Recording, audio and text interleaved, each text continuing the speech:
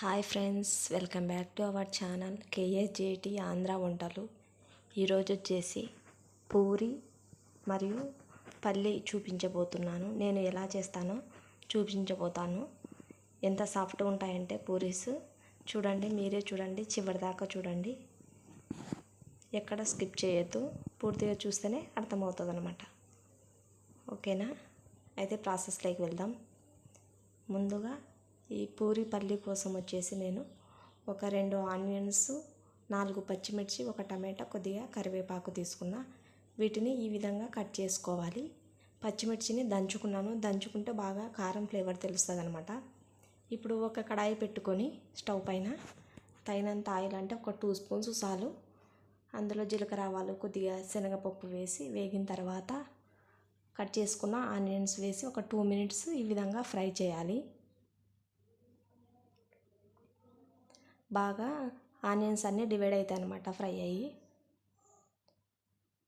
ఇందులోనే మనం కట్ చేసుకున్న టమాటా, కరివేపాకు, పచ్చిమిర్చి పేస్ట్ ఉంది కదా, అవన్నీ వేసి కూడా బాగా కలుపుకోవాలి. అదేవిధంగా ఒక స్పూన్ పసుపు, టేస్ట్కి సరిపడినంత సాల్ట్, కొద్దిగా ధనియాల పొడి వేసి అన్నింటినీ బాగా కలుపుకోవాలి. అంతా మిక్స్ అయ్యే విధంగా. ఈ విధంగా కలిపి ప్లేట్ ఉంచి ఒక 2 మినిట్స్ పాటు మగ్గనివ్వాలి. అంత పచ్చివాసన పోతుందని ఈ విధంగా అవుతుంది చూడండి. మళ్ళీ ఒకసారి బాగా అంతా కలుపుకొని తగినంత వాటర్, అంటే ఆనియన్స్ కొద్దిగా ఈ విధంగా మునిగే వరకు పోస్తే చాలండి, ఎక్కువేం అవసరం లేదు. ఆల్రెడీ కుక్ అయినాయి ఆనియన్స్. మనం కర్రీలోకి వచ్చేసి ఒక 2 స్పూన్స్ శనగపిండి, ఇది శనగపిండిలో వాటర్ వేసి బాగా ఈ విధంగా ఉండలు లేకుండా మిక్స్ చేసుకోవాలి. దీనివలన కర్రీ చాలా టేస్ట్ ఉంటుంది, గ్రేవీ టైప్ ఉంటుంది అనమాట.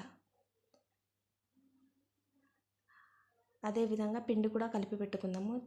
పూరి కోసం వచ్చేసి నేను ఆశీర్వాద్ గోధుమ పిండి తీసుకున్నా. అందులోకి తగినంత సాల్ట్ వేసి కొద్దిగా వాటర్, నేను వీడియోలో ఎలా చూపిస్తున్నానో ఆ విధంగా పోస్తూ బాగా గట్టిగా కలుపుకోవాలి. పూరి పిండి లూజ్గా ఉండకూడదు. వాటర్ ఎక్కువ ఒకేసారి వేస్తే పిండి లూజ్ అవుతుంది అనమాట.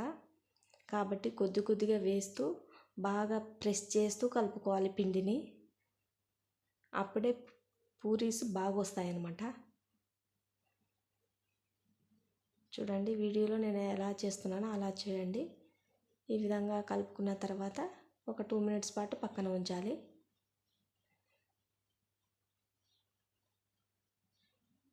2 మినిట్స్ తర్వాత మళ్ళీ కొద్దిగా ఆయిల్ వేసి మళ్ళీ బాగా కలుపుకోవాలి.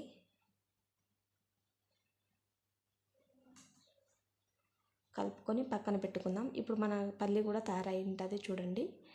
అది దగ్గర పడింది కదా పల్లి. ఇప్పుడు మనం కలిపి పెట్టుకున్న శనగపిండి మిశ్రమం ఉంది కదా, అది వేసి బాగా కలుపుకోవాలి. అందులోనే ఇంకొన్ని వాటర్ యాడ్ చేసిన. ఈ విధంగా వేసి బాగా కలుపుకొని జస్ట్ ఒక ఉడుకొస్తే సరిపోతుందండి. ఎక్కువసేపు ఉండాల్సిన అవసరం లేదు.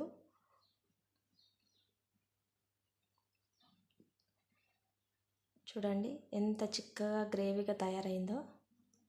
అంతే అండి, సింపుల్ పల్లి రెడీ అయిపోయింది. ఈ టైంలో కొత్తిమీర ఉంటే వేసుకోండి, నా దగ్గర లేదు, వేయడం లేదు నేను. ఇప్పుడు పూరి తయారు చేసుకుందాం. పూరి పిండిని మరీ ఎక్కువ కాకుండా మరీ కొద్దిగా కాకుండా పిండి మీడియం సైజులో చేస్తున్నా నేను. ఈ విధంగా తగినంత పిండిని తీసుకొని బాగా అన్నింటిని ఒకేసారి ఉండలుగా తయారు చేసుకోవాలి. ఈ విధంగా తయారు చేసుకున్న పిండిని ఒక్కొక్కటి తీసుకొని అంతా కొద్దిగా పిండి వేస్తూ అంతా ఈవెన్గా రోల్ చేసుకోవాలన్నమాట. ఒక చోట మందంగా, ఒక చోట పల్చగా ఉండకూడదు, అంతా ఈవెన్గా ఉండాలి.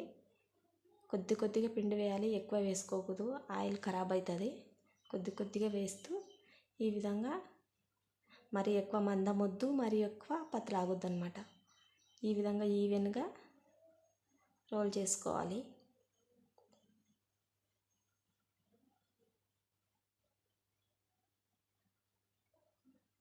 ఇంత మందం ఉంటే సరిపోతుందండి, ఎక్కువేం అవసరం లేదు. బాగా పొంగుతాయి. ఈ విధంగా అన్నింటినీ నేను ముందుగానే ఈ విధంగా తయారు చేసి పెట్టుకున్నా. ఇంతలోపు ఆయిల్ కూడా పెట్టిన, ఆయిల్ వేడెక్కుతుంటుంది. ఆయిల్ వేడెక్కుతుంటే ఇవన్నీ చేస్తూ రెడీ చేసి పెట్టుకున్నాను అనమాట. ఆయిల్ వేడెక్కింది కదా, ఈ విధంగా ఒక పూరిని వేసిన వెంటనే అది బాగా గరిటెతో ఈ విధంగా అనాలన్నమాట. ఊరికనే వదిలేయకూడదు. ఫస్ట్ పూరి పొంగదు బాగా,